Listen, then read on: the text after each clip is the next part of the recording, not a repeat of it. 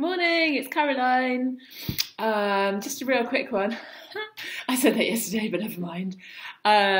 So just to talk a little bit more about my bipolar experiences and things that's helped me that you might like to think about yourself. Really, everything comes down to love or not love. That's my opinion, and that's my feeling, not even an opinion. Either we're at peace and we love ourselves, or we don't, and other things get in the way and we listen to other people and we think they know better than we do. It's not to say we can't take advice. I've fallen into that trap. Yeah. But when you get to a certain point of clearing out some of your hurt, so the hurt part of you, the inner child, the subconscious, call it what you will, doesn't control your actions, you get to have a little bit more of a sense of self, and that doesn't just take the healing work to do, like the crying and releasing things from the past, but it's just about self-love, everything that you do.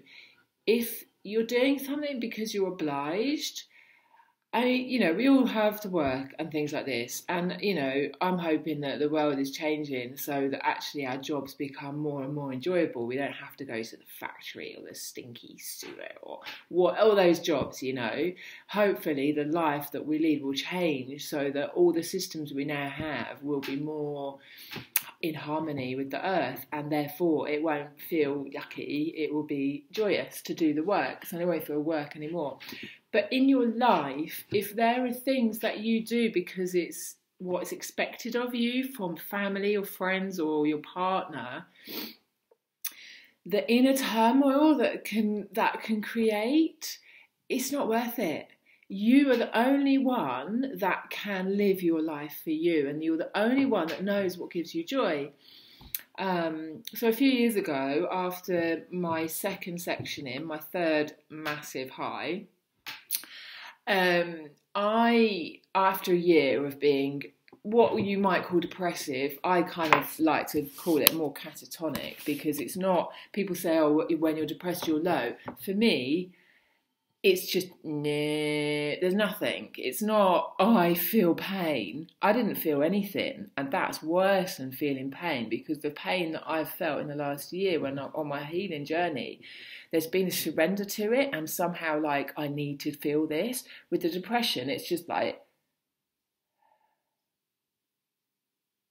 yeah, there's nothing there. What's the point? It's empty. Life's empty. Whatever we feel is emotion, it gives the colour to our life. Anyway, after this year, it was about time I did something. My mum, bless her. Whatever happened, it was a call to get up and do something, and I had to retrain because I couldn't work in the college again. I'd been sectioned twice from working there. It just messed my energy, whatever. And so I went on the way to college to do massage therapy. And on the way there, I went to see some friends. I love them. If you ever see this, you guys, you'll know it's you. And they said, why don't you do accounting, Caroline? You're really good at maths. And I went, oh, right, yeah, all right then, yeah. Because I had no inner wheel of my own. I was just like, I've got to do something. Okay. So I did it. And I trained and I completed it, and actually I really enjoyed it because secretly I am a bit of a nerd. And I'd worked in practice for 2 years as an accounts assistant, and I kind of enjoyed that too. I was really humbled by the people I met. Beautiful, beautiful people. It showed me, oh, you do judge. And no, don't judge people that work in offices because they were beautiful. But even now, there's an element of me thinking, oh, I really should do the accounting. Where my joy, it is, I do like it, but to only be an accountant, no way, no chance. So the middle way is that if I listened to the shoulds and fear, as in, I need to get earning and I'm getting more stable again after the last 6 months of kind of it would be that, oh, I better get an accounting job. not trusting my feeling that I'm not here to just be an accountant. This isn't why I'm in this life. I'm here to talk about bipolar and my experience, the spiritual aspects of my life experience, and therefore hopefully share something that inspires somebody else to go, maybe there's another way in life, not just pills and suffering. So, my invitation to you is to look in your life and say, maybe I go and do that thing on a Thursday night and I'm kind of doing it because my friend wants me to and I don't really like it. It's okay. And if your friend is a good friend, they would rather you be honest and love yourself to say, I'm sorry, but I just don't want to do that anymore, than just go, yeah, okay, and then resent them. Because in the end, that's what happens. You build up this enormous sense of resentment to those that are kind of running your mind. So, it's a real invitation to check in with food that somebody told you shouldn't eat. I've had that a lot because I've really looked into my diet and what affects me. But when I listen to my gut, one, I have to then stop judging whatever I end up eating. And two, it's because I'm really listening to my body and reflecting on what actually feels good, not what the latest fad is or my dearest beautiful friend said, oh, maybe you should try that. No. Listen in. And if you're finding it hard to make a trouble, think of doing that thing on the Thursday night.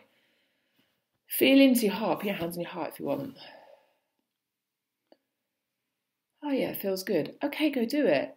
But if you're like, be honest with yourself, because unless you do that, your life is being run by other people. And we need to empower ourselves because we're the only person that can. Other people who want to even help you, I've done it a lot to people and I'm really sorry to those I have. Oh, maybe you should try this, maybe you should try this. Well, if it doesn't fit them, just because it's good for me, it's not good for them. So it's the same. If you hear something that I'm saying, you're like, it doesn't feel right. Cool, good for you. Know your heart. To thine own self be true, do they not say?